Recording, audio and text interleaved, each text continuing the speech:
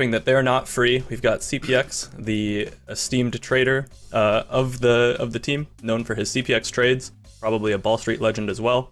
We've got June, the support player, who's been in the scene for a long time and also has some strange pocket picks that we haven't really seen too much this season. We have Lauber, the super aggressive Muradin, the tank player for the team. Maka, known for his Sylvanas especially. And we have Brandon, also known as Unaverted, playing the ranged. And Nazmaz, the flex 6th member, sometimes offlane, was looking very strong on Hogger in recent weeks. We'll see what 6th that they're playing, but this is a very strong roster that made a big resurgence near the end of the season. So we'll see if they're able to carry that through with that momentum into the gauntlet. We'll see if that momentum can be carried, because there's also momentum from the side of Simplicity, Grubby. Yep, Simplicity just won their series. If they're doing everything right, they're winning 2 series today and 2 series tomorrow. They've got the first one on the docket. Lupus Slips, Tiger JK, Wishing, and Casper. That's your team for today. Casper's debut was fortuitous for Simplicity, as Simplicity just won their first match 3-0 over Granite Gaming. They're eager to go to the next round. Oh, let's continue talking about this. I'm excited about this one, honestly. I was thinking, it took me a second. I was trying to remember. I was like, was it season 1 where Simplicity had like the insane run back or something? But I think that was from this spot. It wasn't from the 7th and 8th spot. I think it's. I would have to go back and look at it. But yeah. Oh yeah. They were second to last, and then they won 3 in a row. Okay. In order to quali. So, it's the story to history of Simplicity. Different roster, of course, so we'll see if they're going to be able to do something like this. Let's go ahead and take a look at where we're going to for map number 1 and get everyone caught up at home as to how we got to Alterac Pass, chosen by Storm Esports. Simplicity opting for first pick priority, banning out Towers of Doom, and Storm Esports will be banning out Dragonshire. So, no Dragonshire, no Towers of Doom, but we still have some fun maps here, adjusting. Yeah, it's good to see, too, that the Towers of Doom is now being banned and the Dragonshire maps that weren't banned in the last series, so both of these teams doing their homework. Simplicity having different map bans against different teams, that's a good sign for them. That shows that they are likely comfortable playing any map, and their ban is not so much that we can't play a certain map, which it often is, and is more catered towards the opponents of Storm and the research they've done on them. So, Alterac Pass to start out. We didn't see this earlier today. It was banned out by Granite Gaming. So this is something that Storm Esports, they want to bring something to the table here. And it was mentioned earlier that Lauber has this aggressive playstyle, and I wonder if it's going to be a hindrance or like a blessing to the side of Storm Esports, and will Simplicity play off of that? Because in previous seasons, we had BBJ literally saying, like, I have to go in and save Lauber consistently, and we don't have BBJ this season. It's I believe it's June who's going to be healing for the side of Storm Esports. So it's just one of those things that I'm considering. Like, I was thinking about as we were getting ready for today's show, like, will Lauber's aggressiveness be punishable, or will it be the blessing, Grubby? Like, that's the thing that I keep thinking about. It won't be anything at all, because it turns out he's not playing today. What? I just look at the roster. I mean, you're asking the right questions, because we have the same expectations. Yeah. Lauber's played the entire season, but then, quite amazingly, Storm Esports was able to trump Wildheart, who is at 3rd place in the league, using Brandon Unaverted as tank. Quite out of left field, they were able to win 3-2 in just the last playday number 7, and they have decided that's enough for them. Lauber's aggressiveness will be on the bench for now, and Brandon's more temperate style, from the perspective of someone that has played a lot of backline damage dealer, is going to be reprising the tank role. I'm very excited to see this. He did great last season. Nothing against Lauber, but Brandon did great. Not last season, last playday. Yeah. They kind of use him again, and the draft is in full swing, Justin. Yeah, it's very weird for me to see the evolution of Brandon, formerly known as Unaverted, as a player. As someone that I played with for quite a while, and he was my ranged. He was very good at following up, and that was one thing that I liked about playing with him, is that without communicating, me and him were pretty much always just on the same page in terms of follow-up, which is something that you can kind of tell right away if a ranged is kind of just going through the motions, or if he's kind of like eager for fights and like hunting for plays. So it's cool to see his transition, even making a name change for himself, as I did call him Brandon back then too, because he just preferred that. So I like that he changed his name too, because I had to do some some mental math quick during the games to try to remember to convert his name when I would read it. But it's cool to see his transition to tank play, because he always, as a range player, was kind of just looking for those plays on his own anyways. So it's nice to be able to see him be the one who can set those up for his team now on the tank.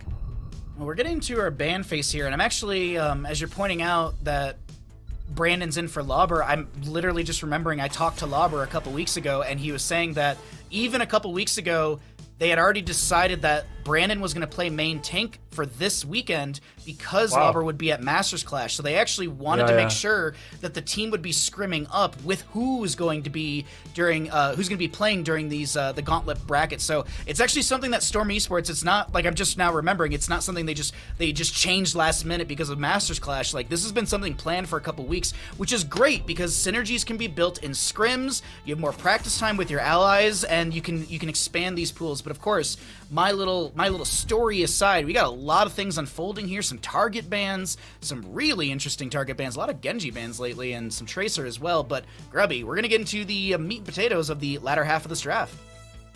Yeah. CPX once again on Chromie, that cannot be too much of a surprise for Simplicity. We have that Sylvanas ban away from Maka. We're going to get Brandon on the Diablo together with Rhaegar, so we've got two strong frontliners, none of which are very easily killed yet, but what we see from Simplicity.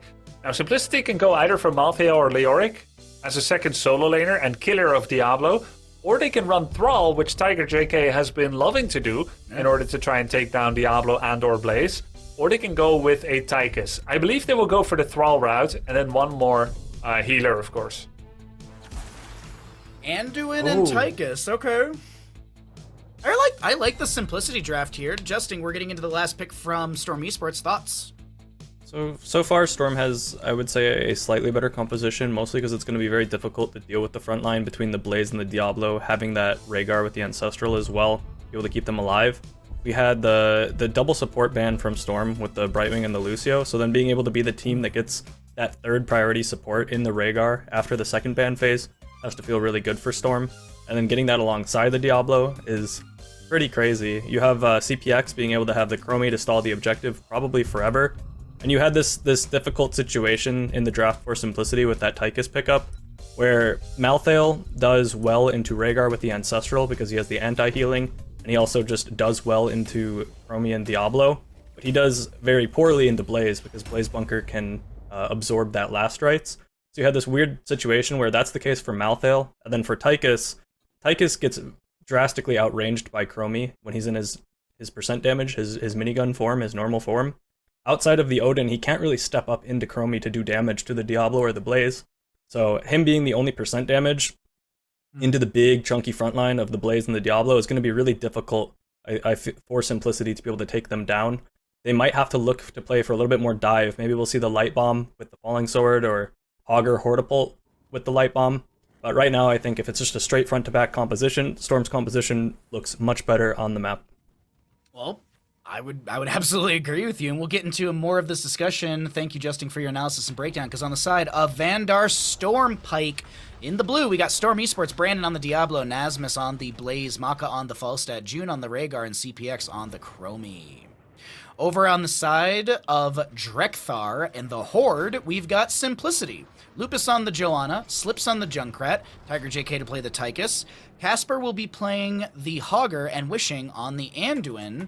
As we get into mid lane, I've already kind of said what I think about this draft in the sense that I like what Storm has. They do have this auto attack Falstad, at least it's not W build, which Q build I find can be really, really strong, but we'll see how Maka does, just chunking into Hogger and the Joanna.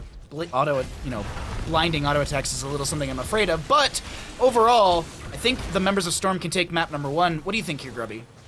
Yeah, I think their draft is quite a bit better as well. I like what they have put together. They were not afraid of Slips' Junkrat or Hanzo, both of which were getting banned out by Grounded Gaming. Looks like we've got first blood for Storm. They're starting things off well. Casper looks so...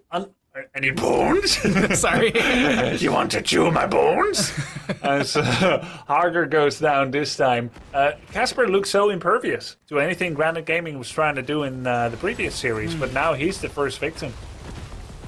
Not finding the angles he's looking for on that one, but it is a nice start here for the side of Storm Esports, because that kill into Hogger means he'll be getting late to the the true objective of the map, the null pack camp. He does have the bounce, which actually might just close any sort of gap formed, and I think he's actually doing just fine with this, and it's actually not that big of a detriment when it comes to camp timing. We do have a barrel roll forward from Falstad in top lane. Maka going in that auto attack build, so we'll see him activate the frequent flyer, and then we'll also be seeing I'm assuming secret weapon gives you range. There's going to be a great attempt onto Slips, but the concussion mine allows this Junkrat to get away. Yeah, so far it feels like Diablo Brandon, he's played quite well. He's creating 3 opportunities so far to try and get a kill. In many games where by this time in the game, nothing much has happened yet. He's finding these opportunities. So credit to Brandon being where he is less expected. One of those has resulted in a kill, but he's creating those chances. Look at that. I like this. Yeah, I was like, where are you going, Brandon? But no, he's looking for that angle on the Slips. Tiger JK and Lupus at Wishing, almost the whole team rotates into the top lane, and Brandon's forced to back away. This was actually really risky by him. Falstad was safe already, and he stepped up. This was a big mistake that Simplicity happily got paid off on, because Mocha was safe, and I don't know why he stepped up still for the 2v4 without help. But straight up just a mistake, underestimated the threat, thought he could get away, but Slips was able to get that concussive over the wall. Nice job, Simplicity. Hogger being forced back in bottom lane by the Blaze, but he's still around 50% or plus at HP, so no issue on that one. Chromie Rhaegar already in position for the null pack with Brandon respawning. Checking the camp timer on the opposing side of the map. It actually just now came back, and Hogger will be able to grab that as well. A nice start here between Storm and Simplicity. Simplicity who are warmed up after that first best of 5 of the day. Don't know what Storm was doing. Maybe they had a warm-up partner. Maybe they had Wild Heart, Oxygen, or 30k to warm up with. Probably not Oxygen, because they were they're probably celebrating right now. Yeah, probably. This weekend, probably not practicing, waiting for the LAN to turn on for sure. I'm interested to see what Johanna will get at level 7. Caterpillar recently had a spicy tweet where he mentioned a couple of talents that he considers red card talents. Now, this ain't football/soccer. You can't really get a red card for picking a talent unless it's banned by CCL. But he meant it more tongue-in-cheek, as in he thinks they're bad. He said, do not get punished at 7 for Johanna. You gotta go for the conviction, to have mobility, to be relevant in a fight.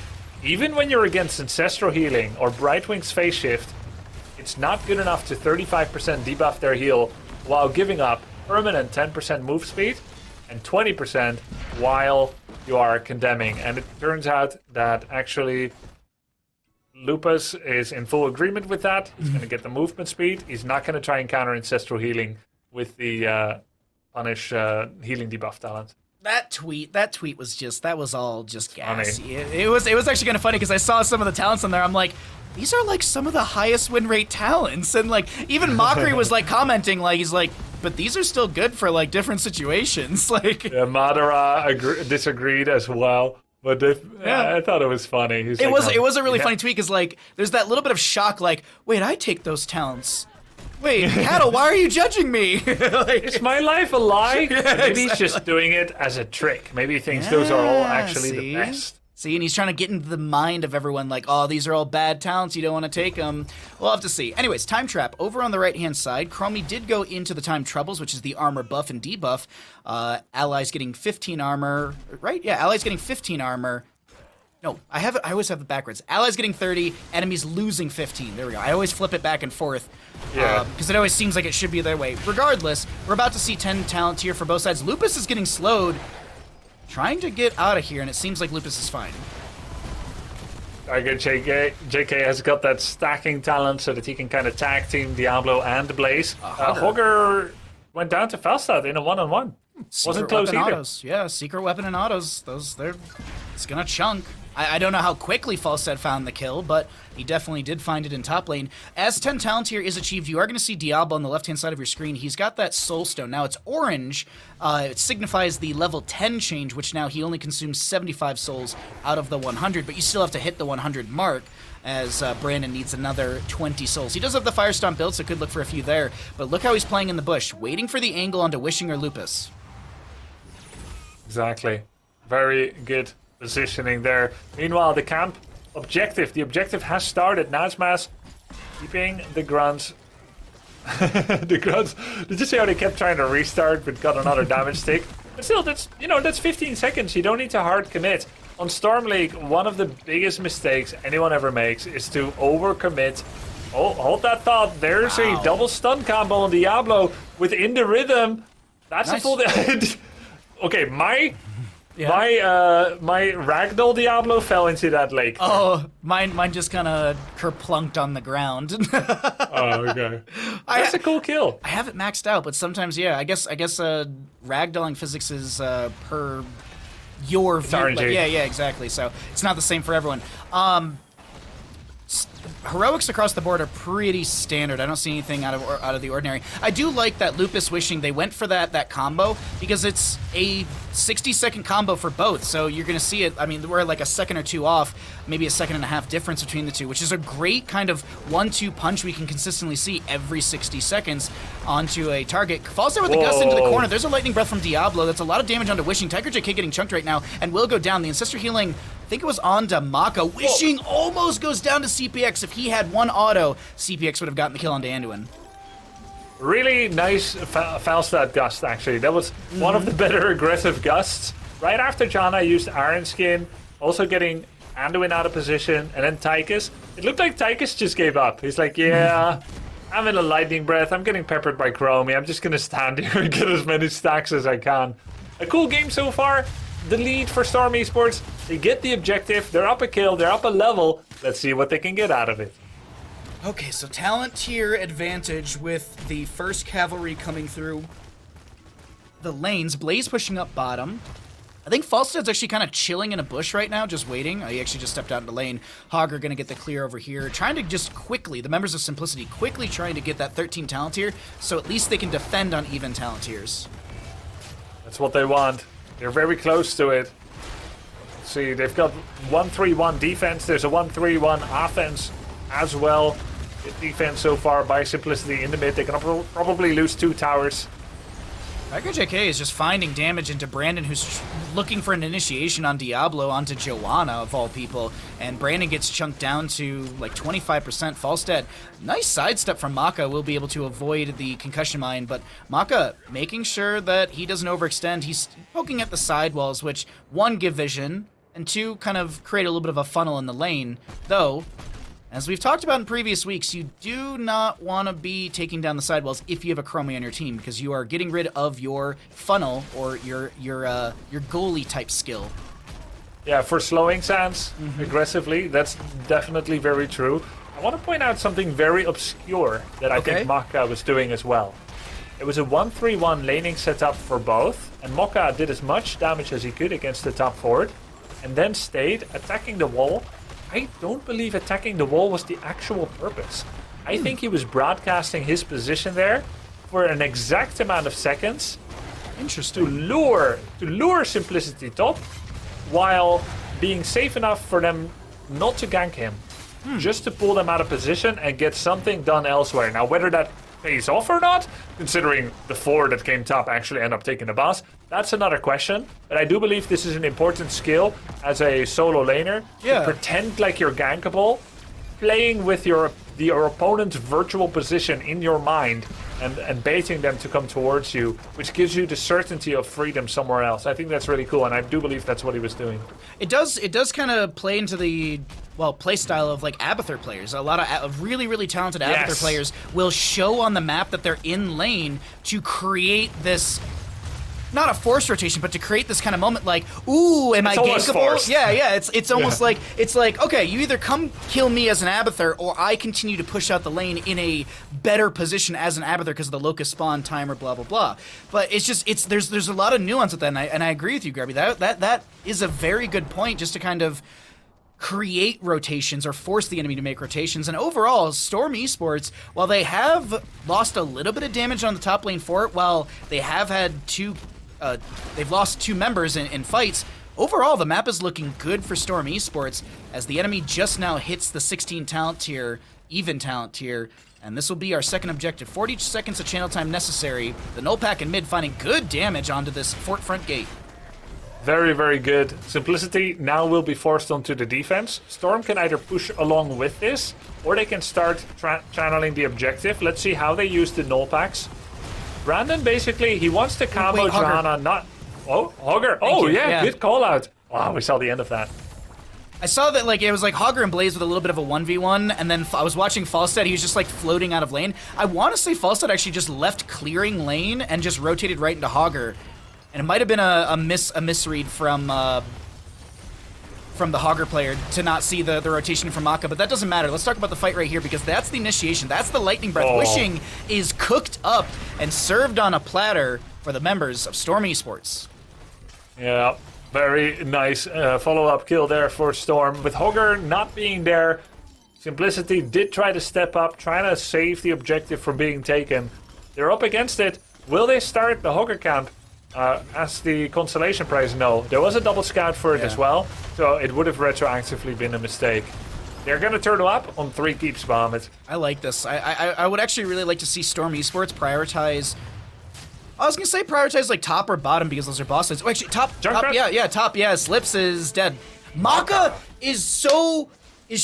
I'm not saying it's so good because the game's still going, and I mean, things could swivel really quickly, but... You don't want to jinx him? I don't want to jinx it. I'm doing my best not to jinx anyone today. I'm trying my best, but he's been playing so well on this Falstad in this map number 1, finding kill after kill. But we have this mid lane siege coming through, and the reason I was thinking, oh, top or bottom is because those are the boss lanes. But realistically, I made the joke at the beginning. The real objective is the null pack mid, and opening this up means the null pack could be threatening onto a keep, reducing the armor of the keep as well, creating bigger siege potentials. As Falstad still pushes up top lane, bottom lane almost arriving at the keep, but Diablo goes in with the shadow charge. Yeah, every time Diablo combos Johanna, the first time it's never for the kill, it's to proc Iron Skin. Iron Skin has a longer cooldown than Shadow Charge Overpower, so Brandon is constantly focusing Johanna, and then that means that they will get 20 seconds of space where Johanna cannot step up without the unstoppable. Certainly not through a slowing stance. Tiger JK in the slowing stance, trying to get away. Falstad and Hogger are still brawling out in top lane, so it's a 1-4 split between both teams. The objective phase is ending, and Vandar Stormpike is going to be having his cavalry end right there. Tiger JK is so very low. Diablo gets the Ancestral healing, and look at Casper for the flank. There should be a shockwave, but a triple kill for the side of Storm Esports. Falstad flies in with Bunker down and 3 dead for 40 seconds on average. This is lethal. Storm Esports will take map number 1 in a solid 14 minutes and some change. That triple kill, I blinked Grubby, and I just see 3 kills. Amazing end for Storm Esports here on Alterac Pass in our map number 1 in the second best of 5 of the day. My god, it's like we're swimming in an ocean of CCL team fish, where Simplicity just ate a really small fish, and now they're discovering there's a shark in the sea, and it's got the name Storm, and this shark is eating up that fish that just had a little bit of a tiny meal in that first round. The number 2nd rung of this ladder is a tough cookie for sure for Simplicity. It is a tall order to fill, and we'll see if Simplicity can rally in this series, because Storm Esports, they look dominant at the start here, Justing. Yeah, they definitely did. I'm a big fan of Grubby's analogy there, because it really does feel that way. It feels like Simplicity being able to get the 3-0 against Granite is one thing, but playing against Storm really feels like a different type of animal. They might be a whole shark compared to a guppy that Granite Gaming might be. Aww. It's I'm not too in touch with my fish lore, so I'm not really sure where that falls on the fish tier list, but I'm sure it's not super high. Just say trumpet fish, sure. That one works. Okay. Everyone loves a trumpet fish. I didn't even know that was a fish, but Storm is currently going to be my favorite, I think, going into the whole rest of the gauntlet, just from seeing this one game and having some thoughts about it beforehand. I think this kind of confirmed to me they seem very, very strong, and they do have a roster that has a lot of well-known players. I wouldn't say there's a single player on Storm that you could really point out as being like a weak link by any means. Like, they're all players who have been around for quite a while in the amateur competitive scene, and just really strong players. And even with the role swap from Brandon, formerly Unaverted, he's looking very, very good on the Diablo especially. You had this first setup where you just have a permanent stall from CPX on the Chromie on Alterac, which we've seen it's even more effective than something like an Anubarak on the map, for the map specifically. you had a situation where Simplicity can get a couple picks early onto Brandon Diablo, but they don't mean anything because you have CPX on Chromie, who can just stall out the objective forever. And they're basically just waiting to get engaged on, which they did by Maka on the Falstad. And with just 2 objectives, they close out the game super, super clean. We had Brandon, like you mentioned, playing the mind games against the Johanna, trying to force the Iron Skin and then re-engage later. Just a lot of restraint and control from the whole side of Storm Esports, and they're looking very, very strong. I wouldn't be surprised to see the momentum carried through. I will say they had a much better draft and much easier draft, as the Diablo was far too tanky for them to kill in an actual 5v5, which we saw. But we'll see. As long as the drafts stay relatively even, Storm is looking like an absolute shark in the water right now against Simplicity. We're slowly figuring out our fish lore. Grubby's mentioning, was it like Storm Esports is the angelfish, which those are, honestly, they're beautiful fish.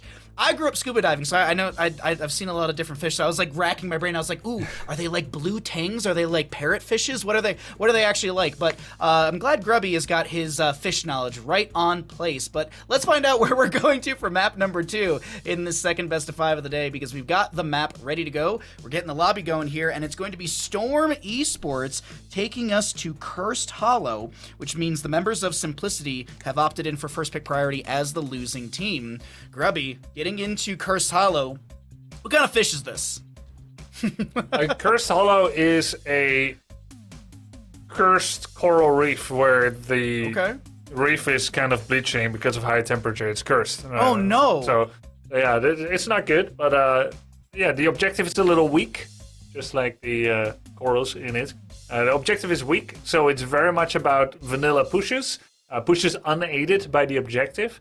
The objective comes in very slow, and when it does happen, it's mostly a cover of night to cover illicit boss takings. So you use the curse as a distraction in order to get the boss.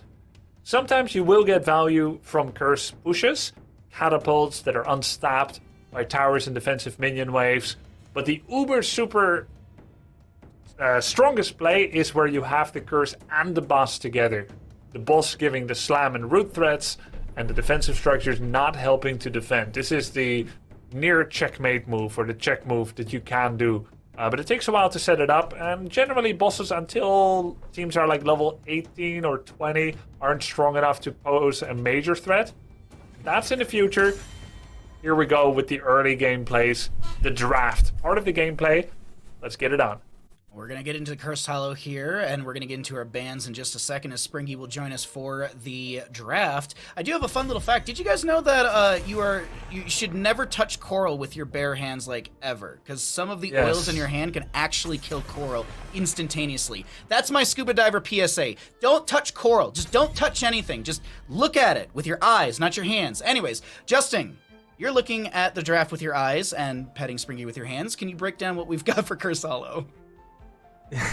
We've got Sylvanas banned away, which is likely just a target ban on Tamaka, and the Brightwing being banned, so you have Lucio and Rhaegar as the 2 main priority supports, which are likely to be focused in the early picks here on the draft.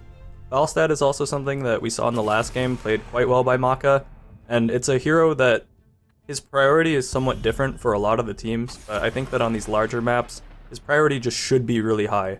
And this is where you have the Rhaegar. We'll see if Simplicity is willing to first pick the Rhaegar, because both the other supports are banned out, and I think it was a bit of a blunder by Simplicity in the last draft to be able to give Storm a Rhaegar after being the team that banned both the supports like they did. I'm waiting to see. Yeah, I'm very interested to see what Simplicity is going to be going for this first pick. I also, we have the target ban onto the Sylvanas from Maka, but honest to God, Cursed Hollow is another great Falstad map. I feel like you could grab Falstad at any point in this draft, Grubby. Yeah, I think so too. Sometimes Falstad is afraid of Genji or Zeratul, and he does get picked up a little later, so that can't happen. And True. Is this not the identical start actually for Storm, Blaze Chromie? Yes, this is the same first 2 picks from this team. They did Blaze, Chromie, Rhaegar, Diablo, Falstad. So they can't get the Rhaegar, obviously, but there's the other global that we don't talk a lot about, and we really haven't seen much of today, Justin. Yeah, we do. Yeah, we do see the Dahaka. Falstad's still available. Brightwing's been banned away. So Dahaka, if they are able to ban out the Falstad here, which is probably expected from Simplicity, so that Storm can't just play the same comp minus the Rhaegar, they'll have the only easy to play global There's still a potential for something like ETC with stage dive, but we don't really see that much right now.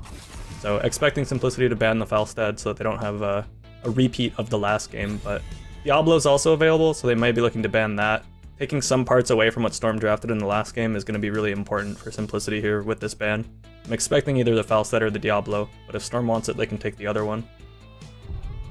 What do we get for this last ban? What do you think here, Grubby? What are you feeling? Yeah, maybe the Falstad ban. Probably Falstad ban, I would say. Maybe a healer ban, since they already are already 3 healers off the board. They were trying to think about what could be the next go-to for June. I find Karazim an interesting pick. It's not what I would necessarily expect. He is good on getting rotational kills, but he doesn't support a Diablo as much. And it does look like Storm is just recreating the draft that they had before. I really don't think June would have gone for Karazim. Anduin feels a lot more appropriate here. I was going to go with either Anduin or Stukov, but maybe they have a plan. Karazim does have all those cleanses at level 16, and it's possible that Simplicity wants to pick up multitude of layers of single target pick-off CC, where Karazim 16 cleanses could kind of counter them. Alright, next 2 picks coming out from the side of Simplicity to round out their draft. They still need a main tank and some extra damage. Thrall Muradin is not too bad here, Justin. I think this is still a pretty good draft from Simplicity, but do they just close it out with Falstad and win the game? I think they're going to look to do that, probably. It's most likely going to be Falstad or another ranged. I see there's value in leaving the Falstad up and taking the Anduin just so that you can look at what the enemy's going to pick. I think most likely they were worried about Simplicity picking something like a Zeratul or a Genji, but now that the Zeratul Genji haven't been picked up, the Thrall's picked up, they feel safe to pick a Falstad, and Falstad really is going to, or Thrall is really going to struggle into this double range setup once again, kind of like the last game. There's just no, you don't have space to really play the game in a straight 5v5 against what they have for Storm. The Chromie with the slowing sands is just really obnoxious. You can't really dive through it unless everyone dives through it together as a team. And even then, it's nearly impossible to dive a Chromie or a Chromie team because there's the time clocks everywhere that you can trap the enemy team in. So you have Falstad with Gust, you have Chromie with slowing sands, you have Diablo that you can't just walk through. So there's just a ton of control on the side of Storm Esports once again.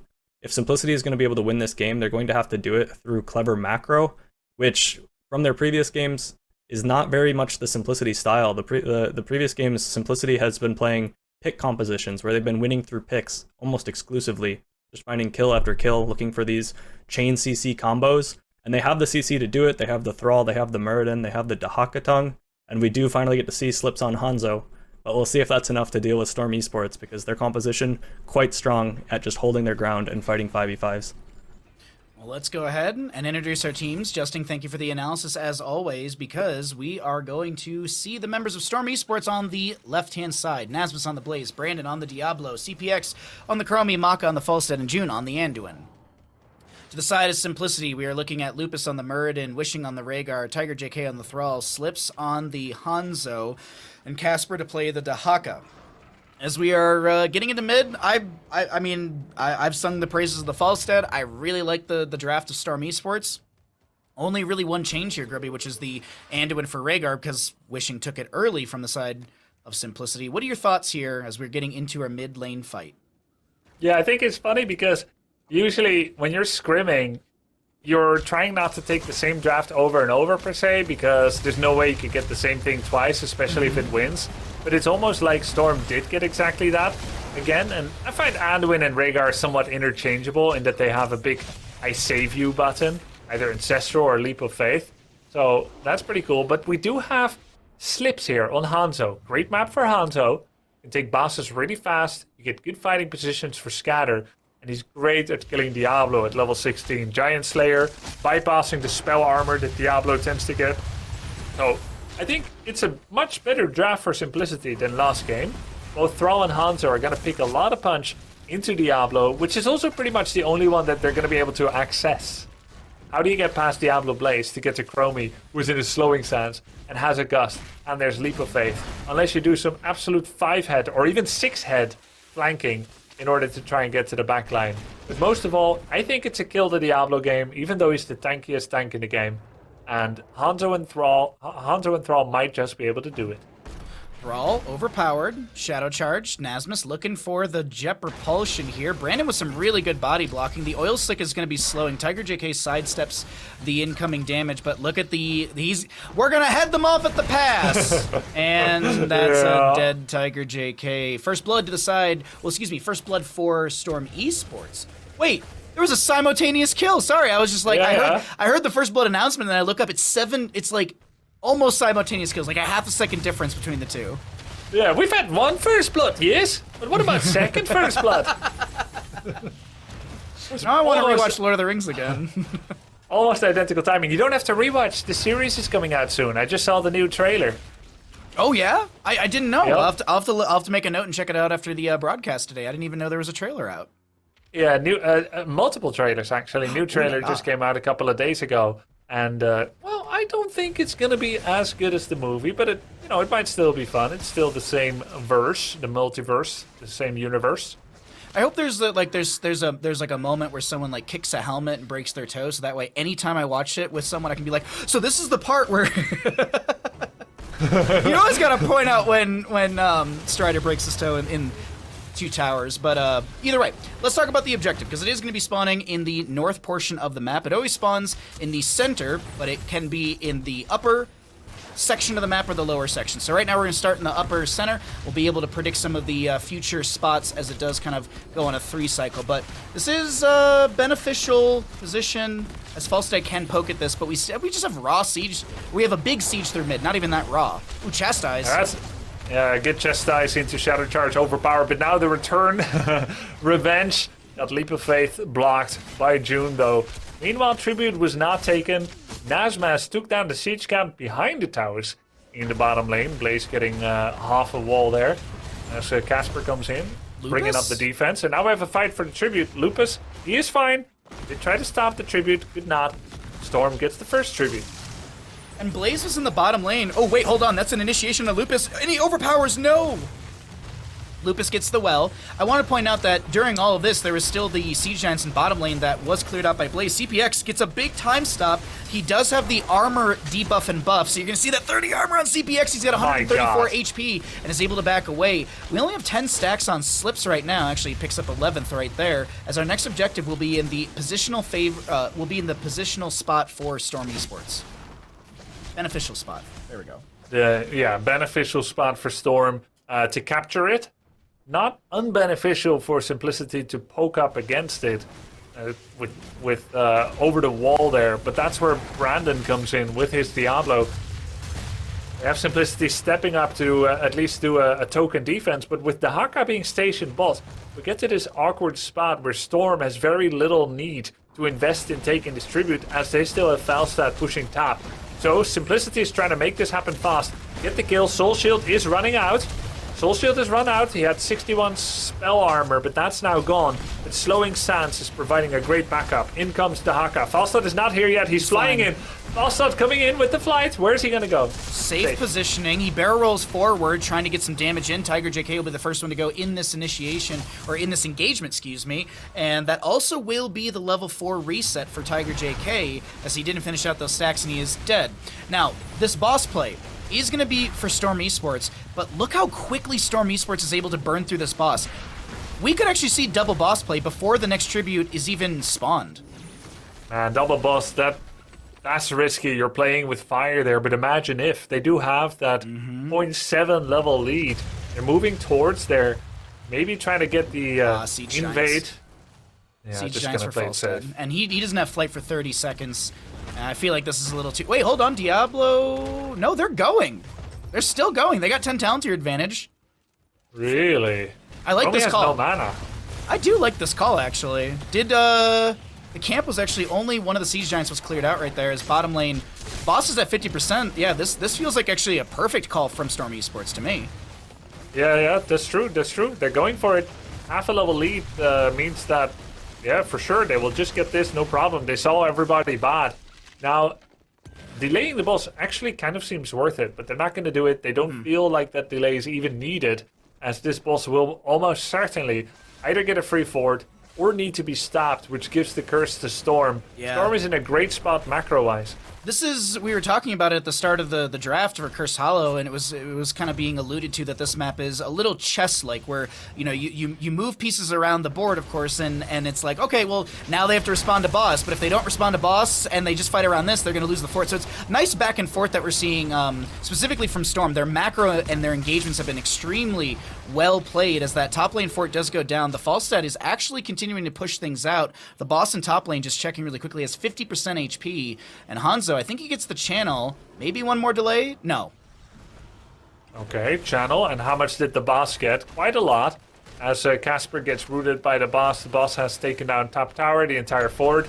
Probably because Mokka did a lot of distraction and dueling with the Haka.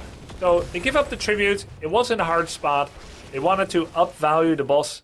Storm knows what they were doing, and they're completely fine with this. But for simplicity, good job to get that tribute and not get double boss cursed.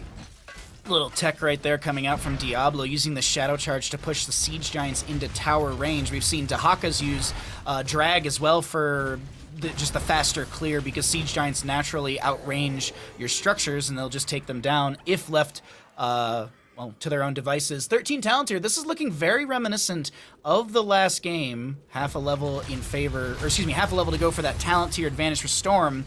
They might actually find it through the mid lane. Talent tier advantage, a couple kills, and maybe a curse. Storm could find some big value, but we'll see what actually happens here in our upcoming curse. Yeah, I thought Storm was just going to go kill the mid towers as well and push with it actively, but they're deciding to let it happen passively, and that's probably fine. Nazmas is here just to cast a couple of more spells, and there's plenty of chance to just interrupt for a while. Blaze is coming in, Falstad can fly, 13 is coming in, there's a Sundering on Anduin, isolation! Light Bomb, Ancestor Healing, there's the Gusted group, everyone on the side of Simplicity together. That's the Anduin to go down first in this engagement to the Thrall. Slips on around 200 HP, Lupus is the target and should go down, but he needs one auto, just auto him once! No, not a single auto into Lupus, and he gets the third wind to activate, or the second wind, his trait. And Tiger JK getting chunked, Falstad barrel rolls in, drops some damage, but it's Falstad who will drop here.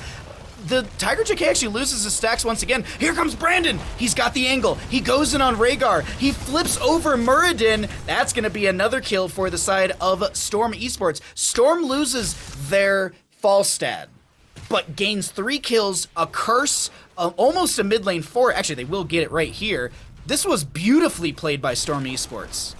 Yeah, and Slips' scatters haven't been good enough, not usually what we're used to. He even missed a scatter just now on a static minion wave while he was standing still. And I know that, that's kind of like detail focus, but we have so much respect for how he plays Hanzo that it just has to be noted when during crucial moments he doesn't get that big scatter into a Diablo and whatnot.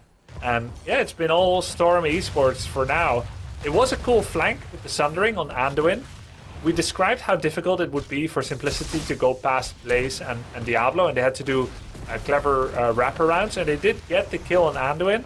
And it looks like they were gonna stay alive for a bit, but Storm knew they could push the matter 4v5, much had been used, and they got a couple of kills. Now, Romy getting attacked, that's a Sundering. She has timeout though. Immediately cancels the timeout. CPX is gonna get isolated. Casper wants this kill, but he can't get it. That's a big light bomb. Jet propulsion from Blaze. I think it connected onto Casper, who does get the Ancestor Healing just in time as Diablo jumps into the bunker. Lupus is going to try and back away. Little dwarf toss out from him as the mid lane keep is taking damage. Top lane keep is gonna take damage as well. And Maka and friends are able to steal with this camp away and almost have 16. I wonder if Storm gets 16 and then just rushes into the face of Simplicity with the talent tier advantage. But no. It might be a double boss play again. Boss and top is up in 25. Boss and bottom already up. Wow, that's how the timings play out, right? They're gonna go for this boss, and they can't even be the immediate counterplay by Simplicity. They have to just kind of accept the status quo. Very unfortunate for them, but Storm is doing the right thing. Boss is up in 10. 15. One level, you can get it quite fast if you're freely triple soaking the lane. Maybe Simplicity can still avoid the apocalypse. Imagine a world where they don't lose a single keep. I'm trying, but it's very hard to imagine that world right now because Storm Esports has just been all gas Yeah, they've lost a member here or there, but the trades that Storm has been putting on the table have been still benefiting them. Earlier on, like the 1-for-1 trade, the first one, that was no big deal. But these later game trades are really, really working out for Storm Esports. Overpower, Lupus split from his team to Haka, brush talking to the backline as we do have some decent damage. Oh no, it's a drag that won't connect. Muradin Dwarf tosses away. Boss is slapping on the keep, just now dropping to about 50%. This keep is going to fall to the boss. And now what does Storm Esports do next? Well, they should probably not try to force the boss.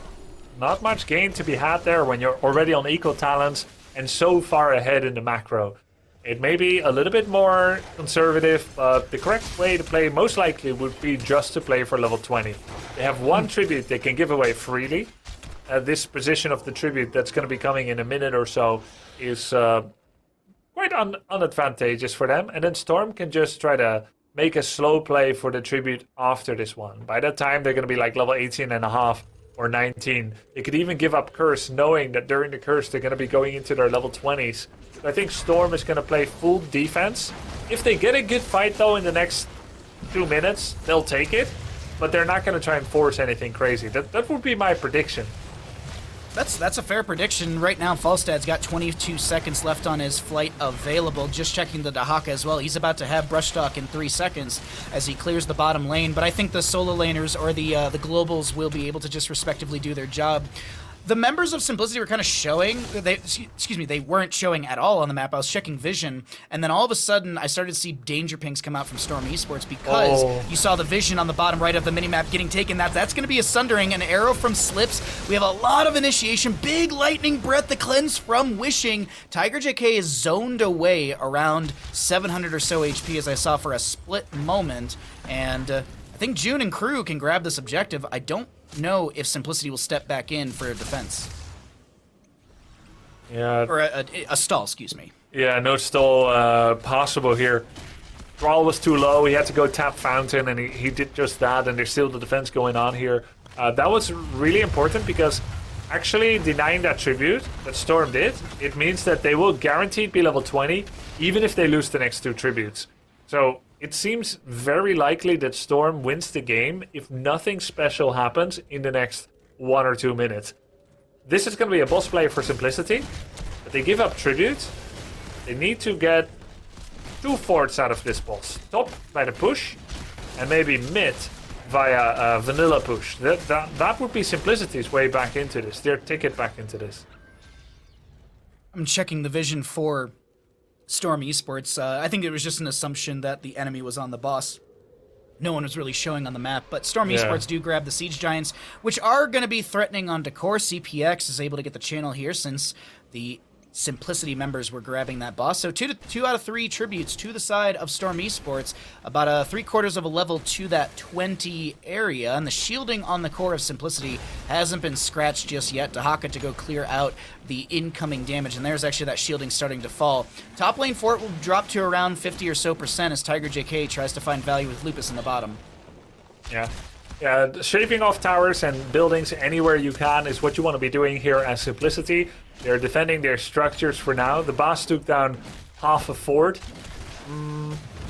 What do they know? What does Simplicity know about where Storm is? I'm looking at their viz. They see Falstad and Chromie top. I'd like them to play harder into that fort and actually get it, but they don't have minion waves, so it'd be risky. And then there's the tribute, and they know it's coming soon. But are you really going to make a play for the tribute with level 19 versus 20? So I would have loved to see them go for that fort.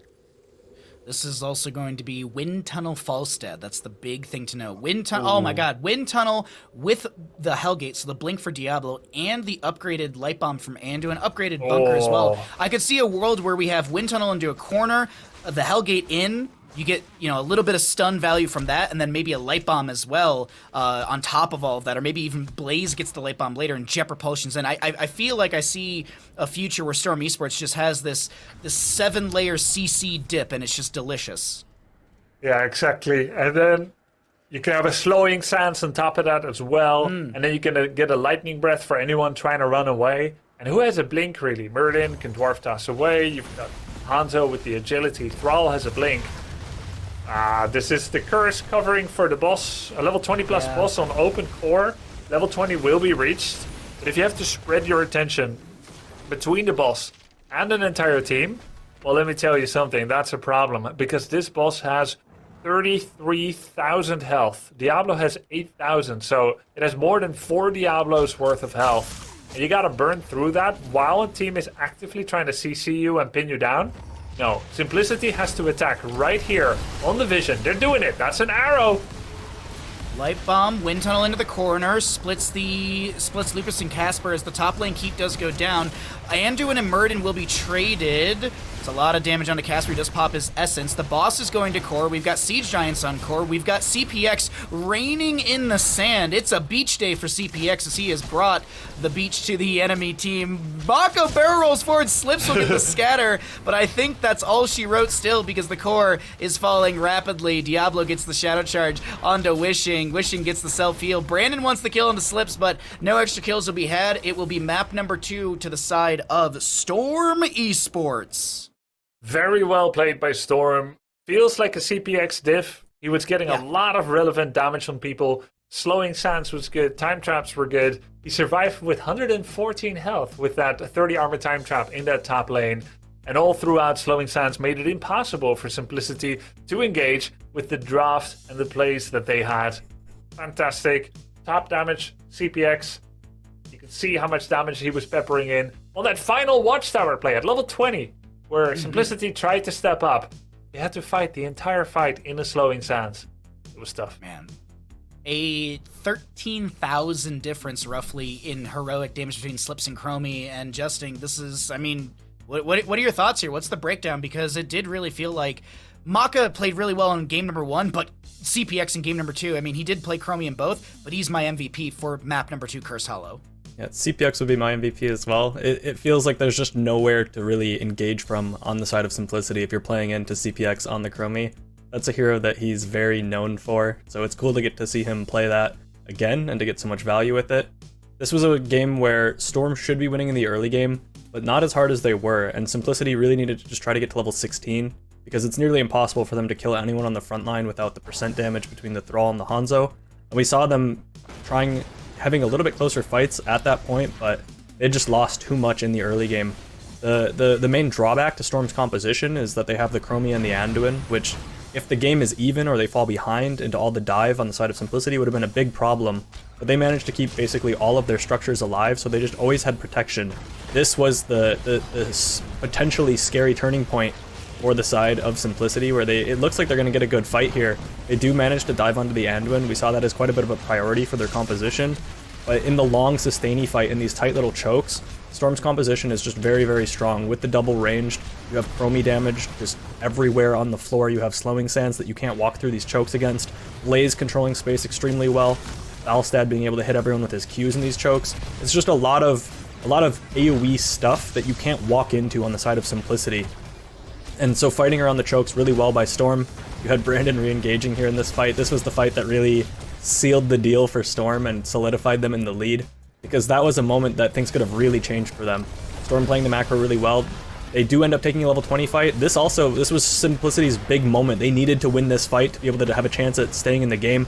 They get the pick on the Anduin, but unfortunately this choke, again, is what they're fighting in, and it's impossible to fight here. Tiger JK hits a huge Sunder, runs forward, but just takes so much damage between the Chromie and the Falstad that you can't have that many melees all running into a choke. It was Storm only taking these fights in the chokes, and Simplicity not being able to find the flanks they need, not being able to get the dive onto the backline without risking too much, losing too much for it. Just really good peel also by Blaze on Storm. Nazmaz playing extremely well with the bunkers, being able to save people often. Just too many layers of protection. Food to the Storm Esports onion, and I think that the Chromie from CPX needs to be banned if Simplicity wants to mount a reverse sweep. It is, like, we were actually watching that last clip through the production feed, and the biggest thing that I love about Maka in that last fight is how long he held that gust, because he waited for a good moment where he could split a few members. You saw that there was the Muradin and the Thrall, I think it was, like on the left, or maybe Dahaka, and then 3 other members were pushed away. So that nice split was so well played from Maka, but also, as you're mentioning, like, CPX on Crummy, I feel like you can't give that. Brandon on Diablo, I feel like you can't give that. Like, everyone on the side of Storm Esports has come to play today. Not to say that Simplicity hasn't, because they did win their first best of 5 of the day, but Storm Esports, they're here to shut things down. They do not want to even give a single map over to Simplicity, and that could be a possibility. We could see that actually happen, because we're gearing up for map number 3. But as always, before we get into a map number 3, we are going to take a short little break, allow us to stretch our legs, get another cup of tea or coffee, get some water, and you should do the same as well. But also, if you're not going to get up, you're not going to stretch your legs, you know what I encourage you to do at home?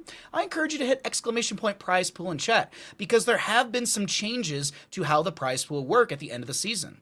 The end of the season, Wisdom will be adding $10,000 to the prize pool, and the teams will be getting 100% of the prize pool. So first place takes 35% of the prize pool flat out. There's no longer a 60-40 split between the teams and Wisdom. It is all going to the teams, plus an additional 10K. So if you'd like to push that prize pool to $14,000, because it is going to the teams, and you're like, man, I know that Simplicity will rally right now, and I want them to take that 35%. Go ahead and hit ! prize pool. Get yourself over to the Matcherino, and if you'd like to donate, it's very much appreciated. Thank you all so much for watching HeroesCCL. When we come back, map number 3 in our second best of 5 of the day. Don't go anywhere. This is HeroesCCL presented by Wisdom.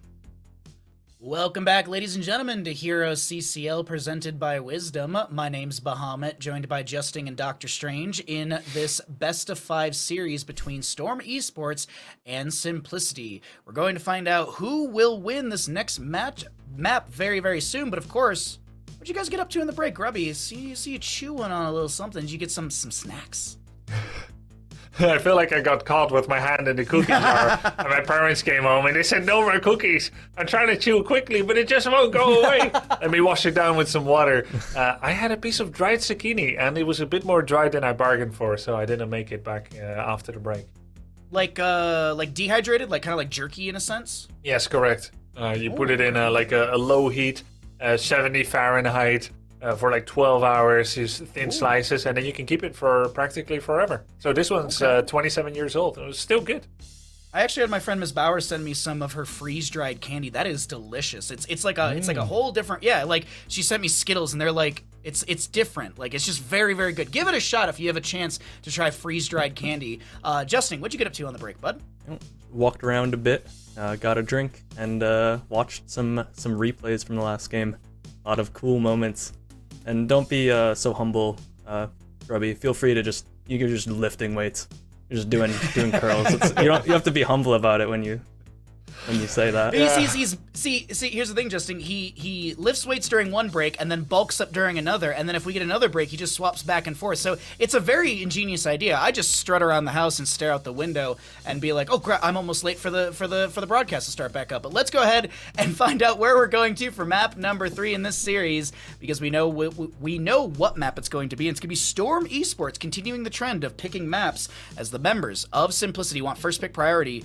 Grubby, this could be the final map of the season for Simplicity. Do you think it can be won by Storm Esports through Sky Temple?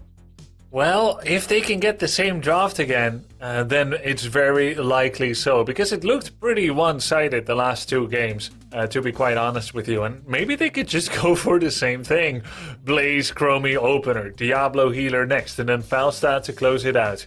What's interesting is that Storm came in with a very strong plan that worked twice so far, not just in their picking tactic, but also in their banning strategy. They are completely focusing on wishing, not trying to target ban Slips on Hanzo and Junkrat. He's got his top pick twice in a row now, but going against wishing, removing Lucio and Brightwing. They've done their homework going into this match. Presumably on both potential teams that could come up, Granite and Simplicity, because they did not know who they were going to be facing. And they're just prioing the healer bans. They think wishing is most dangerous on Lucio and Brightwing. And I'd be very surprised to not see the exact same tactic to be employed here on Sky Temple by Storm. We're going to find out what tactics Storm Esports is about to employ here, and we're going to see if Simplicity can figure out a draft that can take down Storm Esports, because we are here onto Sky Temple, our 3-temple map where lasers shoot out at the opposing side. You can free Harrison Jones, you can grab a boss, you can grab some Siege Giants. There's a lot to do on this map, and we'll talk about the meta, the playstyle, but of course, Justing, this is a map that does have a little bit of a different playstyle. I feel like there's more like aggression. This is a map where we've seen Kerazim a lot in the past as well. Yeah, the ability to get picks in the rotations between the temples is definitely a really useful thing to draft. And so on one hand, this map should favor Simplicity if they're able to get those picks and then secure the objective afterwards. But it is also a very, very large map, and it has felt as though Simplicity's weakness has been their macro, and their strength has been their team fights. So we'll see if we see something like the Maiev come out for Simplicity, as this is with their backs against the wall. They're down 0-2 in the series. They need to play the absolute best that they can, the best that they have. So everyone might kind of feel like they need to step up and be the carry for the team. So we'll see if the Maiev is prioritized, either picked or banned on the side of Simplicity and Storm. And also the Diablo, still a problem for Simplicity, and especially for the way that they draft. The Chromie, also a problem for these melee-heavy compositions. Simplicity is going to have to be a little bit more adaptive if they want to win the draft against Storm. Maybe we even see the Li Ming come out from Tiger JK again, so they're not so melee heavy. It is a great map for Li Ming to poke at the enemies on the objective phase, and yeah, I do actually like the idea of the Li Ming for Tiger JK, but this is Simplicity, Grubby, taking away a lot of things from Storm Esports. 2 bans specifically to Maka, and a Blaze to be stolen away as well. Yeah, makes sense to open with Blaze. It was either remove Blaze or Diablo. Diablo first pick is gutsy. Blaze makes a lot more sense. Rhaegar Chromie coming in here to continue the healer squeeze and to continue rebuilding basically the same draft over and over. Now, let's talk about that Falstad ban. Falstad was the 5th pick twice in a row by Storm, so why ban it in the top side? It doesn't seem to make sense. You could ban it in the 3rd ban, because it would still be on time to stop the 5th pick. However, there is a reason for it, and let's explain that. If you ban Falstad now, then you can use your 3rd for flex. If you leave it for 3rd and you lock yourself in, you're definitely going to ban Falstad 3rd, then you have no more flexibility to react to any kind of adaptation picks and plays by Storm. So I think that's what's going on here. However, they now have information. Simplicity has information that Storm is, for all intents and purposes, rebuilding the boys again, the very same squad. Well, on the note of kind of draft theory, as Grubby was getting into it, you literally stole the words from me, but I want to throw it over to Justin, because I'm sure you've got some draft theory ideas on the bans, the picks, and what's evolved for Sky Temple thus far. Diablo ban is the expectation here. In the last game, there was a situation where Diablo and Falstad were kind of the obvious bans, and they didn't ban either of them and gave both over to Storm 2 games in a row now. I wouldn't be surprised to see the Diablo ban. I would expect it, especially with the Falstad ban being such high priority for them. I can't help but feel like maybe they're kind of overcompensating for the last 2 games where they should have banned it, so now they're banning the Falstad right away, which might be a little bit of a small amount of emotions getting involved there, as it does happen. You're down 0-2 in the series. There's going to be a lot of pressure for Simplicity as their tournament lives are on the line. Diablo ban makes sense. It's still the correct ban, but they're still into a Chromie as well. So while they will test Brandon and his hero pool on tank, Johanna's available, Junkrat's available. They get things that are typically picked or banned in the first rotation on the 3-4. Storm not mad at all with the way that the draft is progressing, getting just tons and tons of power picks. Bless Shield, Earth Grasp Totem later on. I mean, totems throughout the game. Chromie, Slowing Sands, Time Traps, Junkrat, junk in general. This is looking like an S-tier draft from Storm Esports for me. What do you think here, Grubby?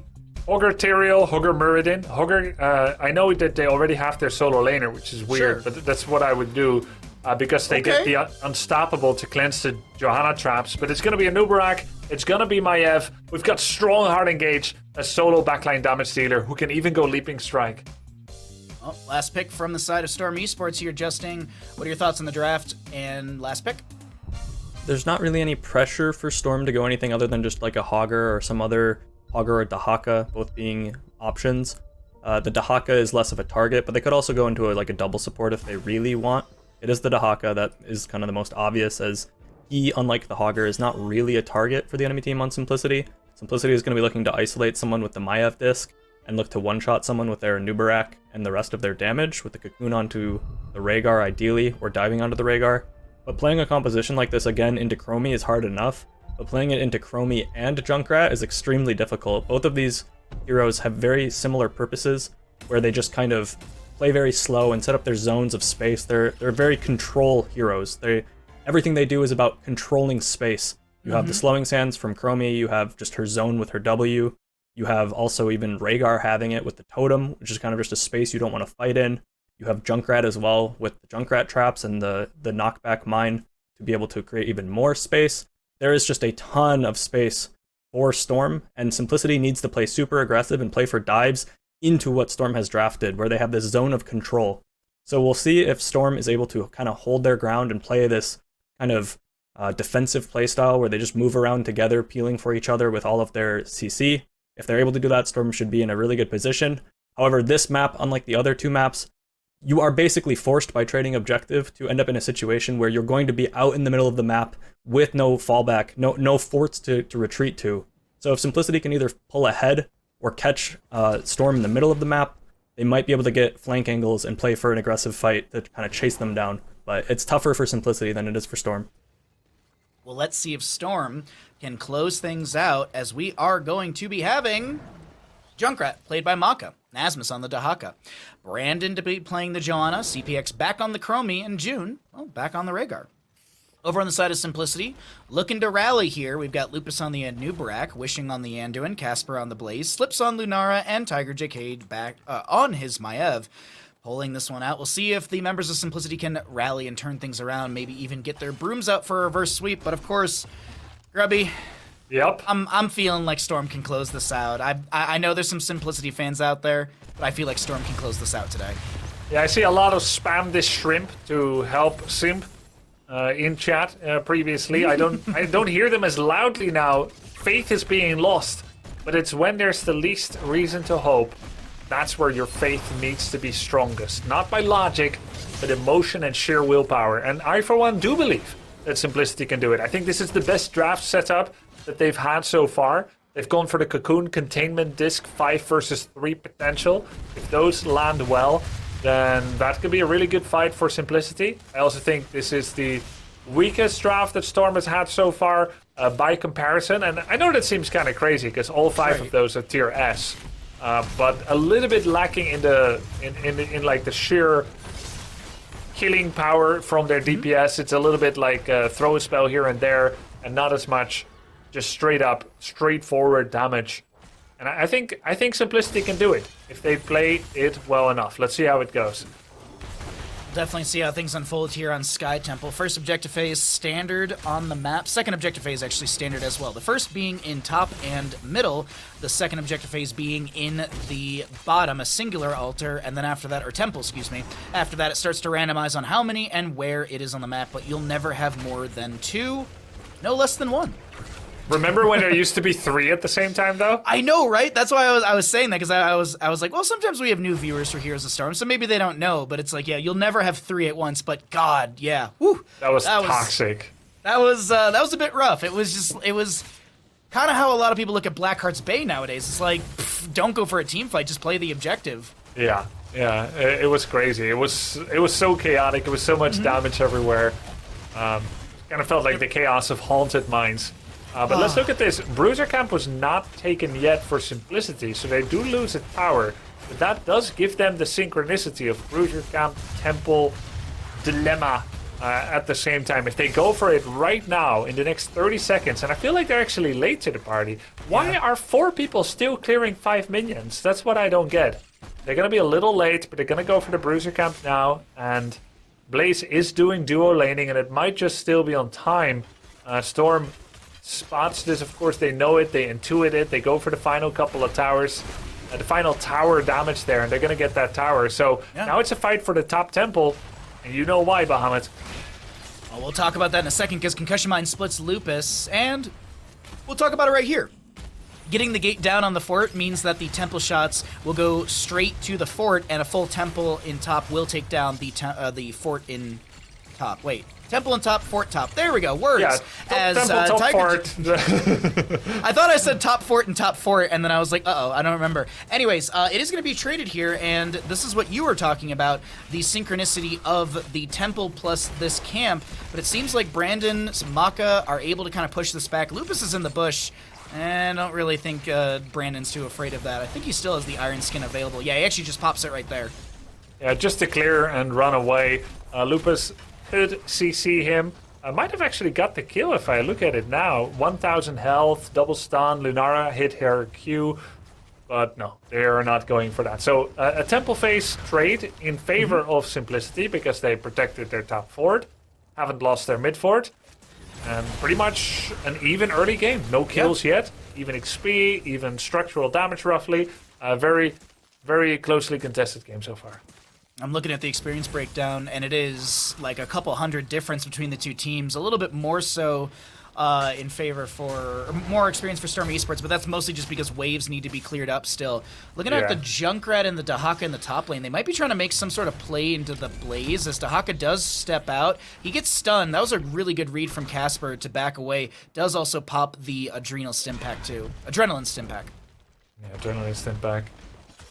Siege count apiece, bottom lane, June against Tiger JK, Rhaegar against Maiev, in comes Chromie, doesn't have temporal loop, gonna go with the slowing sands, gets pulled in there, in comes Lupus, can he actually get the combo? Oh, if he took that burrow charge talent, the bonus range, but no. I believe, is that Underking, is that the one? Yeah, the level 4 Underking, he would have been able to pop Chromie there. Tiger JK lands a Umbral Bind on Dejun, who gets just right out of there, no actual concern, as Brandon pulls the Nubrak back into the slowing sands of CPX. I like how Storm Esports, even though it is an equal fight, Storm Esports is playing around the slowing sands a lot more, I'm noticing, in this game, trying to force the positioning of Simplicity into that, well, slowing sands. Brandon steps forward into the enemy. There's no 10s, as Iron Skin will be popped. No tents just yet. It's going to be Slowing Sands, of course.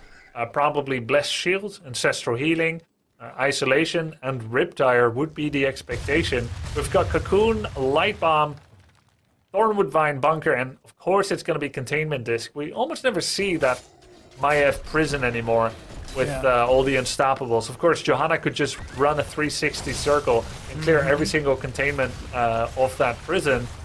If he was so inclined with the Unstoppable. Maiev will still continue to hold, but yeah, I agree with you. I think Containment Disc is so strong. Also, the silence afterwards is going to be really beneficial. Dahaka, brush talks in. He lands the drag onto Tiger JK, but Tiger gets the blink away. You did just see the Blessed Shield was used. It is Warden's Cage, after all. Why? 8 Warden avatars. Summon 8 Warden avatars as a cage around Maiev. After 1.5 seconds, enemy heroes that come in contact with an avatar consume it and are knocked towards the center of the cage. Warden avatars last 5 seconds. Not going with the silence. An interesting decision. Let's see how he makes use of it. Yeah, they can't get Johanna. Unstoppable. Dahaka is going to burrow. He gets cleansed out by June. Doesn't have the Lurker Strain level 4. No knockback. Tiger JK, the focus of that Riptire, gets the blink away, but Brandon kind of having the read here. 10 seconds on the Blessed Shield. Isolation onto Maiev. She vaults away just for safety. He got leaped. He got melee Leap of Faith by wishing, because he was going to die. It might be the case still. Brandon is going to throw the Condemn out. We have the last few shots going over to Storm. Nasmus, don't know if he has a burrow. He does pop it right there. We have a Jet Propulsion from Blaze. Tiger JK pops the Warden's Cage. There's a burrow in from a Nubrak. A lot of things just thrown into the center. But Lupus, this is what I was wondering about, and I didn't get to talk about it because the fight kept going. When Warden's Cage comes out, I'm assuming Maka's going to throw a Concussion Mine and just split everything up like we just saw. And actually, that Warden's Cage kind of set up the kill into a Nubrak because he went in thinking, I'm going to get a kill. Everyone's in the Warden's Cage. It's a synergy loss, right? Because Light Bomb was supposed to be on him, I think, as a follow-up, but it was never used, and I can't replay it in my mind to see what happened. Light Bomb has a pretty short range. It's like Anduin auto-attack range. We would have to see it again if we have a chance to see what happened there, because it is potentially a strong combo. A Nubarak burrow charging in with Light Bomb. And if Light Bomb procs while he's still mid-burrow charge, he can't even be concussived away before it blows up, because he's unstoppable mid-burrow charge. We'll see if we can get that replay. Otherwise, we look forward towards the future. A fight opportunity capitalization was lost for Simplicity, but they didn't lose too much. It still keeps versus keeps. Okay, where's Anduin's position? Look at this. 20 when seconds. The Warden's cage comes out. Oh yeah, it's a 20-second cooldown. Yeah, you're right. Because he used it. He used it in the start of this team fight initiation. There you see that concussion mine splitting a Nubarak who does go down. So yeah, it was one of those things. It was because you mentioned. I was like, I swear I saw the light bomb way too early as an attempt onto like Chromie or something. So, but even then, you make a good point. It's a 60-second cooldown. It's not that long. You would have thought it would have been back by then, but not the case. Double temple phase coming up. Top lane, bottom lane. Dahaka, if he gets bottom, which he should get bottom, Lunara's coming down here to slow him down. These temple shots will go into bottom lane for it, then actually go to mid lane for it as it progresses up the map. So bottom lane is the better priority for Storm Esports if they have to split these. But it kind of seems like Storm wants to split and take both. Yeah, pretty greedy here, and they can. They're really well split, you know. Any team with Johanna Chromie, I always kind of like it. It seems like it may have trouble in teamfight, but it's so good defensively that you can step up in 2 versus 4 situations without really fearing for your life. The vision, the time traps, the unstoppable, and the tank. Every time you see comps like this, like what Storm has, they're good defensively. And maybe I underappreciated how well Storm is going to be able to play this on a big map like Sky Temple. I thought Simplicity is going to have a strong engage and a strong team fight. But look at that. 3 keeps go down practically instantaneously from Storm's channeling those lasers. The Haka channeled a bit, got away with the Brush Soaker, no problemo whatsoever. And Simplicity is falling back to their inner ramparts at this point. The tier 1s or the forts are down for the side of Simplicity, as that top lane temple actually got all 3 forts. I was thinking that there might be not enough shots, but that's not the case. Storm Esports playing this very well. And what's the difference? So because there was the trade on temples, Simplicity managed to get a bottom lane fort and like 25% or so of the mid lane forts. Yep. Big trade in favor for Storm here, and we'll see what Simplicity does. There is a wisp in the bush. Brandon will get rid of that. And we're looking to see, does Simplicity worry about a potential boss play from the enemy side? Doesn't seem like it, because there's a talent tier deficit that just is about to pop up. Yeah, I think Simplicity has many worries, because they're slowly just being squeezed out of the map. Storm is showing no inclination to make flashy plays. It's 1 versus 0 and takedowns, and the game can absolutely end like this on Sky Temple. And CPX checks the bush, sees the wisp, gets rid of it before it finds the sentinel value, and now I'm looking. It's okay. It's good. Is it a call for boss? No, it's a call for the siege giants on the left-hand side. This delay will give the opportunity for Simplicity to grab 16 talent here. But speaking of delays, CPX, June, and crew are looking to delay out the siege giants for bottom. Storm is checking to see if Simplicity will do a Hail Mary play, feeling the macro squeeze and just going for the boss. But who has the better boss control? I mean, Warden's Cage is good, Light Bomb is good, Cocoon will get rid of people, Lunar can throw in a lot of damage and get some burst, but if you look on the opposing side, Condemn, Slowing Sands, Rip Tire, Concussion Mines, I would lean like a little bit more so for Storm, but there are some good factors for Simplicity. Yeah, I think so too. If you put a concussive and then you get your second concussive cooldown, you need a lot to overcome that. On the side of Simplicity, to overcome double concussive and Riptire, triple outward displacement. And Warden's Cage is like inward displacement, which is like not necessarily the best. I guess you could like layer the Warden's Cage half over the boss and hope that it pops you the right way. Oh, yeah. But it's tough. I think it's tough. Oh, they're trying to make a play on the Haka. Nope. Gets it with the Jet Propulsion. Maev is actually going to get the, the Leap of Faith. Is able to back away. Now, Temple shots are shooting into mid-lane keep in favor for Storm Esports as the Concussion Mine forces back Tiger. There's the Cocoon onto Joanna. Another steel trap. Lupus is so far forward, is so very low. The Concussion Mine actually saves Lupus, but here comes Joanna out of the Cocoon. There's Junkrat to go down. It's such a split fight. The Leap of Faith is beautifully played by Wishing right there. Very beautiful. This was such a difficult and good fight by Simplicity. Very, very challenging indeed. They even had macro pressure against them in that siege camp. They gotta watch out they don't lose some kind of weird hero to, they don't suffer a weird death to Chromie Dahaka, even though it's 2v4. And Blaze is now dealing with the bottom siege camp. That was such a good fight. It's how their comp kind of wants to work. Cocoon on Johanna. If I'm not mistaken, he meleeed that Cocoon on Johanna, either aiming between Iron Skin cooldowns or to remove the reaction speed. Maybe we can see it in this replay. So he's, yeah, that's right after the Cocoon. Good burrow charge. Nice Warden's Cage there. It really got Maka, got Rhaegar as well before Ancestral could come out. Just really, really well done. That Leap of Faith was sick over the wall to get him away from the lean, mean killing machine, which Johanna is. I mean, before the Leap of Faith came through, and there's a little bit of like a flash shield, I think, in there as well, the one shield glare would have gotten it, and you saw Brandon a little late on the shield glare right there, because it was like 80-something HP on Lupus. But either way, it is Simplicity who come out on top of that last objective phase. They open up the map a little bit further. Actually, they equalize the map. We have parity found between these two teams. All that's left is keep structures. So tier 1s, as I had mentioned, are all down on both sides. Ironskin forced out by the Johanna, 15-second cooldown onto that one because she does have that level 4 for the cooldown reduction. They're pretending to play for boss, but meanwhile getting vision. Time Trap is showing the rotation for Simplicity. And yeah, they're just going to go for boss. Now, is this a good play? I don't think they feel committed. I think they're trying to make Dahaka use his Z.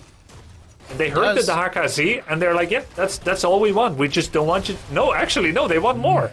This is crazy. This is crazy, Bahamut. All heroics are available right now, and we are going to be... no 20 talents here. That's Cocoon onto Johanna. I feel like it's a little bit early as CPX does get Johanna out of there. Ironskin's going to be popped. There's a concussion mine, I think, on the point. Lupus takes a lot of damage. It's Maev to fall down. It's the boss to the side of Storm Esports as Dahaka burrows past the Warden's Cage. There's a nice chastise out from Wishing to slow down the enemy, but now I think we're seeing... one of the factors of Sky Temple. The members of Storm Esports, they do not need to go hit structures with their abilities or autos. They need to go stand in a circle and get pushed around by the Temple Guardians. Yeah, any other map you push with this, right? 5v4, yes, 100%. talent lead. But not Sky Temple, you just... because when you push with this, you expect to get the keep and some core damage, which is good on every other map. But here, you would be leaving with your tail between your legs, a little hurt, needing to hearth, and then you start losing temple shots, and now your structures are suffering. So you actually want to start temples ASAP on this map, just to exhaust them as much as to take them, but also to deny them. Blaze showing in the... oh, go ahead. But that boss fight, did that go about as you would expect? Yeah, pretty much. Like, I think the Cocoon was way too early onto the Johanna, because literally just as the Cocoon ended, that's when the boss point was up for contest. I really do think that, as you were saying, Simplicity should have just baited, backed away, and let the boss leash. Yeah, they heard the Brushstalker Z. I agree. That's a denial of the global, but, you know, easy to say afterwards. Maybe something else went wrong. But yeah, that's how it feels right now. And that's gonna get... oh my god, look at those keeps. They were once in great health. Now, 1 keep down and 2 on the brink.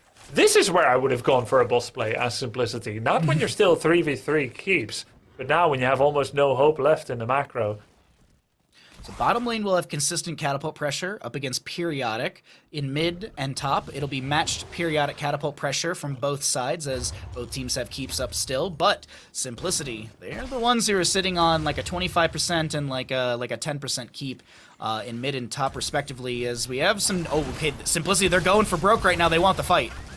There's a slowing stance. There's the Iron Skin. This is why Junkrat, Johanna, and Chromie are such a good defensive composition. That's some big cannonballs coming in there from Junkrat as well. It's got that level 20 upgrade. And it's going to be down to 2 temples. This is virtually impossible for Simplicity to handle if it gets to the macro phase. So we're talking keeps dead instantly and some core damage as well. They need to make something happen right here. Do you want to listen to some comms for Simplicity? Into Simplicity we shall go. First, and I'll like Gigaflank or something. Okay. Yeah, that's so that fine. I can web. I think Top that's is pushing in soon. We're gonna have to clear it. No. Yeah. We should clear top and do our knives. Okay. So Yeah, look to the last part of the game. Yeah.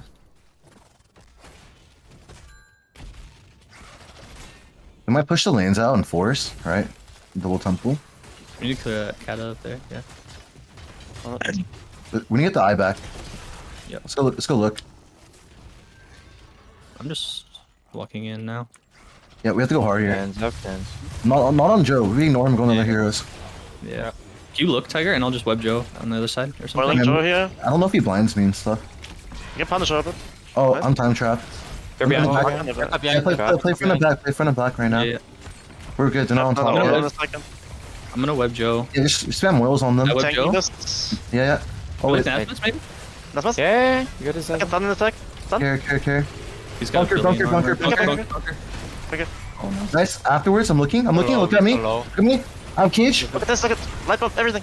I got booped. I'm low. Sunny. I'm low. I'm one. Giga low. I'm dead. Nice try. Yeah. And just like that, the members of Storm Esports shut down the attempts of Simplicity. Those are the keeps falling, as Grubby was mentioning before. Grubby, really, really good play coming out from the side of Storm Esports, and this might be the beginning of the end as we have double temples, shots coming out, Maka rushing to core. Yeah, you could see how much damage was being peppered in from Junkrat and Chromie on everyone. They were trying to make the plays go for the Dahaka, but there's always the burrow. Johanna was cocooned, but not under threat when she came out. It was actually so much harder than I thought, the draft from the side, for the side of Simplicity, and this was just really well played by Storm. They came very prepared, good drafting strategy, good play, and a very deserved 3-0 victory. Extremely well deserved in the way that Storm just executed. We did see in the in-game chat that it's CPX was saying, "Thank you for not killing me. My first career game without dying," which I find kind of funny. No, it's not true, but he's just joking. I don't know about that. I'm just He didn't die Anyways, last game, too. Maybe it's his first series where he didn't die at all. Oh, I'll have to go that's back and look possible. at maybe it's map number 1. But anyways, Justin, I know we got you back in the mix. Let's talk about Sky Temple and how everything went Storm Esports' way and how Simplicity tried to go for some Hail Marys, but no one caught the ball. They did go for the Hail Mary, but not quite the one that I expected. I really thought that Simplicity was going to feel the need to force the boss in that situation, but they actually do manage to get the one fight that they can win with their composition against what Storm had drafted. Storm had a nearly indestructible team composition. They had almost no targets for Maiev in particular, and especially with the Warden's Cage, it's very all in on getting a combo onto specifically Junkrat and Rhaegar. Everyone else on the side of Storm is basically invincible into what Simplicity has drafted. If you go on Chromie, she has the clock. If you go on Brandon on the Johanna, she has her Iron Skin, her shield. Nazmaz has a burrow. The only members you can focus are Maka and Rhaegar. And Simplicity does here in this one moment. This is the biggest moment for Simplicity. They managed to get the engage onto both Maka and Rhaegar. June playing the Rhaegar. Those are the only two members that they can go for. This was the perfect fight for Simplicity, and it was still this close because of the amount of just random damage and peel that the composition that Storm has drafted had. And then Simplicity shouldn't win fights on the boss point, and at this point it feels very strange for Simplicity to force this. They're the ones who started this, but they don't have good point control compared to the side of Storm Esports. They've got Junkrat stuff, they've got the Chromie slowing sands and everything all over just everything that they can just throw on the ground, the Rhaegar totem as well. There's just too much stuff. And we see here an engage not go perfect for Simplicity. This is what it looks like if they don't get the perfect engage. You have so many things going right for Storm and just so many mismatches in the draft for Simplicity. And unfortunately, the playstyle of Simplicity, that aggressive, dive-focused composition that they like to play so much, shut down completely by the side of Storm Esports, both in their play and in their composition.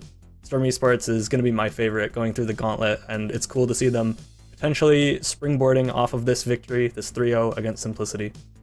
We had some really great games today, and of course, we'll talk about what matches we're going to be seeing tomorrow a little bit later, and we'll take a look at the bracket a little bit later, because, ladies and gentlemen, you've been starved for 2 weeks of your favorite segment on HeroesCCL, and we are proud to be able to bring you Justing's Spectacular Supreme Clip of the Day, presented, of course, by Springy.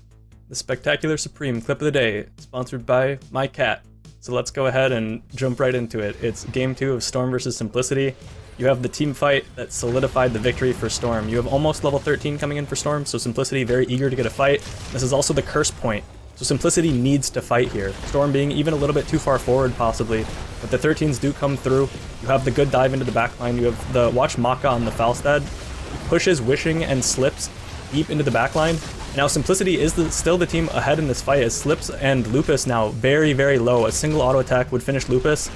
But you have Storm not giving up in the fight, playing together a little bit better. Watch how Simplicity gets split here. Tiger JK very far forward on the right-hand side, while Lupus is still far on the left side, trying to regen his HP with the second wind. He gets back to the fight, but it's a little bit slow, and now Simplicity still up one person in the fight, but their health bars are going down low, and Brandon comes from the flank. He got the tap, he's back with full HP. He comes back in, they didn't expect that, and it ends up being a 3-for-2, because Storm a little bit more patient in the fight, playing together just a little bit better. Simplicity had a winning potential in the team fight, but Storm just playing better as a team, playing better as a unit. Storm played really well today. Simplicity did find that victory up against Granite, but right now it would be, well, actually, okay, all right. We'll talk about this in a little bit here. Actually, let's before we get into bracket and all that kind of stuff, Grubby, any takeaways from the series we just had? Storm looked really good, and Simplicity looked really good in the series before that, and sometimes that only lasts as long as until you meet a bigger fish in the ocean. So is Storm now the new Omegalodon, or are they merely a angelfish that just ate a guppy, which just ate some algae, ready to be consumed by a barracuda tomorrow? That's the question. For now, Storm is the angelfish, but they might be bigger than that tomorrow. And they looked really good. They showed 2 different drafts, but mostly based around one central idea. I believe it was grounded in homework and preparation into Simplicity, so they may actually have a different plan for their next challenge in Chili Mountain tomorrow.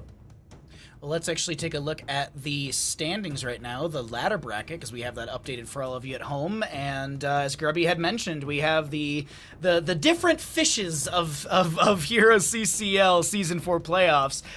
We had Granite Gaming beating out Simplicity beating out Granite Gaming, so Granite Gaming will take 8th overall in the season. Simplicity beaten out by Storm Esports, so Simplicity takes 7th overall in the season. Storm Esports goes up against Chili Mountain. And then Diamond Hands, the gatekeeper. We got the bull trout in Chili Mountain, and then what eats a bull trout? Let's just assume that it's some sort of sand shark is Diamond Hands here, Justin. Yeah, you guys seem to know a lot more of the fish lore than I do, but all of these teams, while they may feel like big, large fish in their victories, they're going to have to go up against the Loch Ness Monster in 30k if they make it to the finals. Yeah, it's going to be a tough order for whichever team makes it through the gauntlet, as the top 4 is looking very scary still. The top 3 that are already locked in. Storm looking very strong today, but tomorrow they'll go up against Chili Mountain, like you saw in the bracket. Storm is my favorite to win this, and honestly to win the matchup against Diamond Hands if they make it that far. I think Storm is just looking super strong today. They look like a rejuvenated team, and momentum in the season is very important. Yeah. And coming up strong at the end of the season, nothing matters for the 8th through 4th place team until tomorrow or today. Like the gauntlet is all that matters. So you want to scale up as the season progresses, and it feels like Storm's the team that's done that best. Well, we are going to be having those 2 best of 5s, as you see right there, tomorrow, July 10th. And until then, Justin, you're going to have to study up on your fish lore, so I hope you have a lot of good time tonight studying up on your fish lore. Seriously, it's been such a great day of games, and really the biggest takeaway I think that we can say here is that we got some amazing Heroes of Storm action, and we have more Heroes of Storm action happening tomorrow afternoon. Now, if any of you may have noticed, today we started an hour late, and tomorrow we will be doing the exact same thing. So tomorrow we'll be starting at noon PDT, 3 o'clock EDT, and 21 CEST. So that way just everyone at home knows that we will be starting an hour later. It's just to accommodate a couple things with Master Clash happening right now and just everyone traveling. So just trying to make sure that everyone can play at a good time so it's easy in that. But as I mentioned, that is going to be the end of the broadcast today. From Bahakuda, Grubby, and Justin Ray, this has been a really, really fun day. Thank you so much to our production, to all of you at home for watching HeroesCCL. And as I mentioned, we'll be back on July 10th to bring you more fish facts here on HeroesCCL. Until then, stay safe, and we'll see you in the Nexus. Good night.